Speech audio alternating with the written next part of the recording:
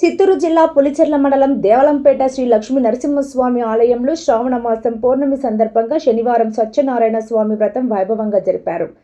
ఆలయ ప్రధాన అర్చకులు అనంత కుమారాచార్యులు సత్యనారాయణ వ్రతం జరిపించి వ్రతం కథను భక్తులకు వివరించారు. పెద్ద ఎత్తున భక్తులు సత్యనారాయణ స్వామి వ్రతంలో పాల్గొని వ్రతం ఆచరించారు.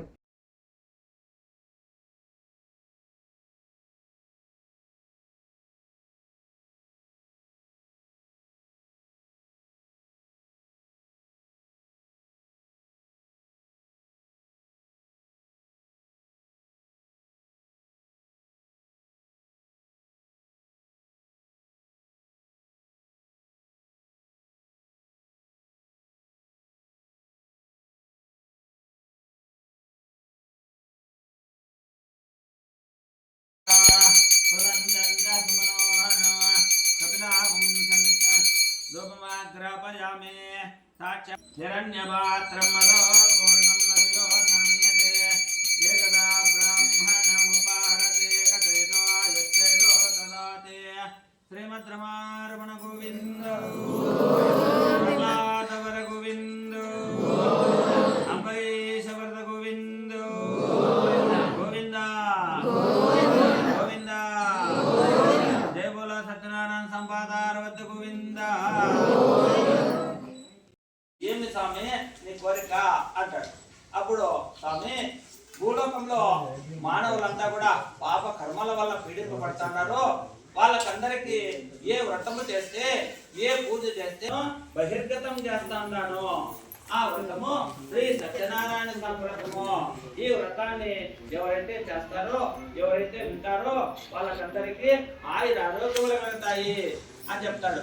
అప్పుడు ఈ నారద మహర్షి మళ్ళీ అడుగుతాడు, స్వామి ఈ వ్రతాన్ని ఎప్పుడు చేయాలా, ఎట్లా చేయాలా అని చెప్పనేసి మళ్ళీ అడుగుతారు.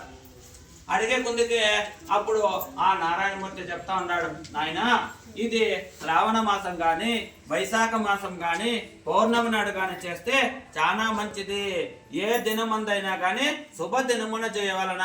మనకు కష్టములు వచ్చినప్పుడు, క్లేశములు కలిగినప్పుడు ఈ వ్రతము చేస్తే చాలా మంచిది.